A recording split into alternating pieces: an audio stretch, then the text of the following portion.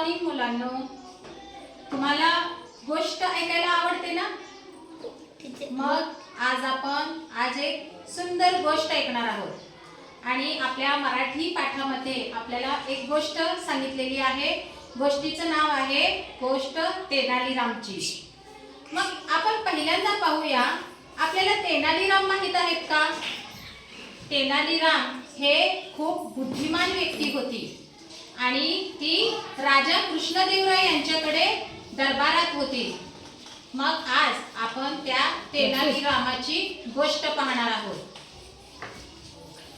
राजा कृष्णदेवराय आणि तेनालीराम हे नेहमी एकत्र फिरायला जायचे. मग कृष्णदेवराय हे खूप न्यायप्रिय होते. ते न्याय निवाडा खूप सुंदररित्या करायचे. कुणावरही अन्याय होऊ देत नव्हते. आपल्या प्रजेची सुद्धा ते तितकीच काळजी घ्यायचे. मग कृष्णदेवरायांना वाटायचं की आपली प्रजा सुखी आहे की दुःखी आहे हे जाणण्यासाठी ते प्रजेमध्ये सर्वत्र हिंडायचे आणि सत्य जाणून घेण्याची त्यांना नेहमी उत्सुकता असायची की आपली प्रजा खरंच सुखी आहे का. मग एके दिवशी काय झालं, महाराजांनी तेनालीरामाला विचारलं की तेनालीराम, आपल्या राज्यामध्ये सर्वात श्रेष्ठ व्यक्ती कोण आहे? ह्यावर तेनालीराम विचारत पडला. मग तेनालीराम म्हणाला, महाराज, तुम्ही तर ह्या राज्याचे राजे आहात, तुम्ही प्रशासक आहात, मग सर्वश्रेष्ठ तर तुम्हीच असणार. महाराज म्हणले, नाही, मी सर्वश्रेष्ठ आहे, पण माझ्याही पेक्षा जर सर्वश्रेष्ठ कुणाला ठरवायचं असेल तर कोण असेल? यावर तेनालीराम पुन्हा विचारत पडला. मग तेनालीराम म्हणला की महाराज, मी तुम्हाला ह्यावर पुन्हा विचार करून उत्तर देईन. आणि असं बोलत बोलत ते पुढे गेले.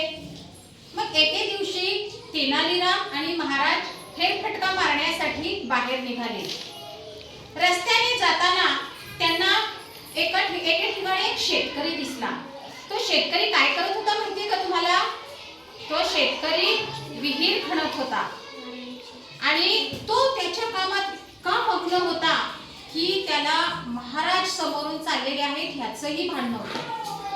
मग हे पाहून तेनालीरामाला महाराजांचा प्रश्न आठवला.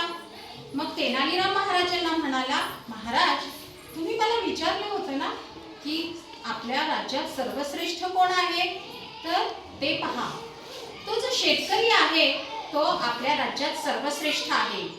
महाराज म्हणाले, कसं काय, तो सर्वश्रेष्ठ कसा?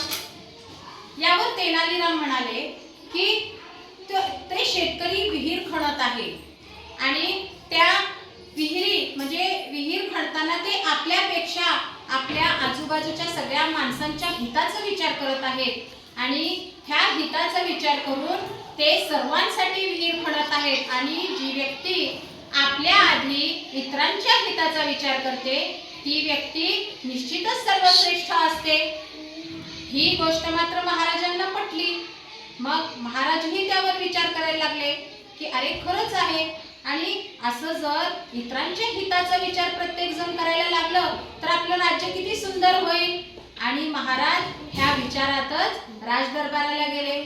आता सांगा पाहू मुलांनो, तुम्ही आज ह्या आपल्या कथेतून काय नेमका बोध घेतला? तर आपल्या ह्या कथेतून हा बोध होता की आपण नेहमी स्वतःच्या आधी इतरांच्या हिताचा विचार केला पाहिजे, इतरांना सहकार्य केलं पाहिजे, इतरांशी प्रेमानं वागलं पाहिजे. आणि जर आपण असं वागायला लागलो तर खरंच आपल्याला एक नवीन सुंदर असं व्यक्तिमत्व आपलं निर्माण होईल. आणि म्हणून आपण नेहमी सहकार्याने वागूया.